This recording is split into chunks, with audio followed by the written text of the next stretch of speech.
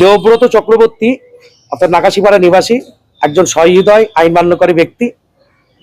27 তারিখে, 27/6/26 তারিখে একজন জনপ্রতিনিধি অর্থাৎ যার বিরুদ্ধে এই অভিযোগ, অর্থাৎ আম উন্নয়ন জনতা পার্টির চেয়ারম্যান, তিনি প্রকাশ্য জনসভায় আমাদের রাজ্যের অনারেবল সিএম মাননীয় শ্রী শুভেন্দু অধিকারী মহাশয়কে তার আপত্তিকর মন্তব্য করা এবং ধর্মীয় ভাবাবেগ এর উপর আঘাত করা এবং উস্কানিমূলক মন্তব্য, এছাড়া গণতন্ত্রের স্তম্ভ হিসাবে প্রতিফলিত অর্থাৎ যে সংবাদ মাধ্যম, তাদেরকে গ্যাজাখোর বলে এখানে উল্লেখ করেছেন, যার ফলে সাম্প্রদায়িক সম্প্রীতি বিনষ্ট হচ্ছে, জনসমাজে একটা বিরূপ চিন্তাভাবনা প্রতিফলিত হচ্ছে।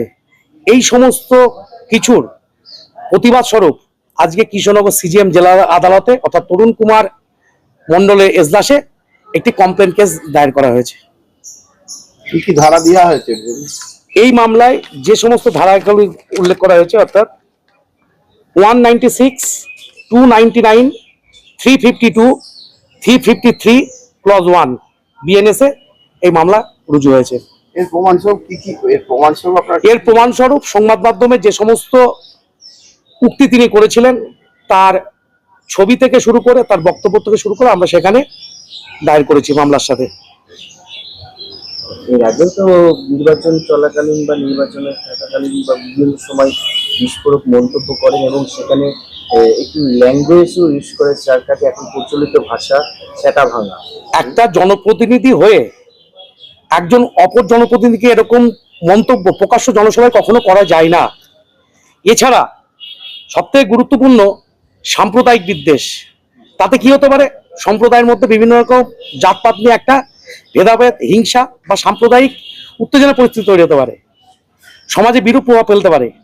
এছাড়া বর্তমান দিনে মিডিয়া, গণমাধ্যম এটি গণতন্ত্রের অন্যতম স্তম্ভ।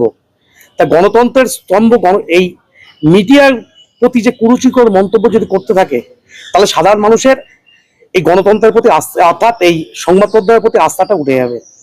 তাই এর প্রতিবাদ স্বরূপ আজকে এই মামলাটি দায়ের করা হয়েছে। আপনার নাম? শীর্ষেন্দু দাস, কৃষ্ণনগর জজ কোর্ট আইনজীবী।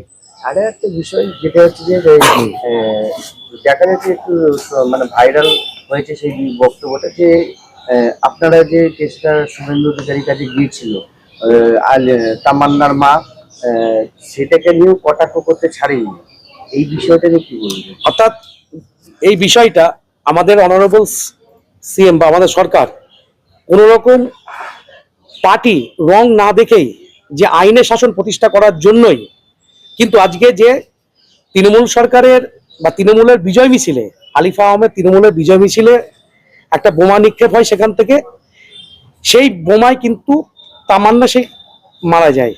কিন্তু বর্তমানে তামান্নার মা বিচার পাওয়ার জন্য আমাদের অনারেবল সিএম এর কাছে যান। তিনি রং না দেখে, কোনো পার্টি না দেখে আইনের সুশাসন প্রতিষ্ঠা করার জন্যই তিনি তার ডাইরেকশন দেন এবং যথারীতি যে সমস্ত অভিযুক্ত ব্যক্তিগণ ছিল 24 ঘন্টার মধ্যে সেই সমস্ত অভিযুক্ত ব্যক্তিরা অর্থাৎ অ্যারেস্ট হন। তাহলে এটাই বোঝা যাচ্ছে এটা আইনের শাসন প্রতিষ্ঠিত হচ্ছে আমাদের বাংলায়। তামান্নার মাকে বাচ্চালান বলে এরকম ওনার যে সমস্ত বক্তব্য অর্থাৎ অত্যন্ত অপ্রীতিকর এবং উস্কানিমূলক, যাতে সমাজ ধর্ম বিভিন্ন ক্ষেত্রে ভাবাবেগ খণ্ডিত হচ্ছে। আইনের প্রতি আস্থা রয়েছে, আইন তার যথাযোগ্য তার ব্যবস্থা নেবে।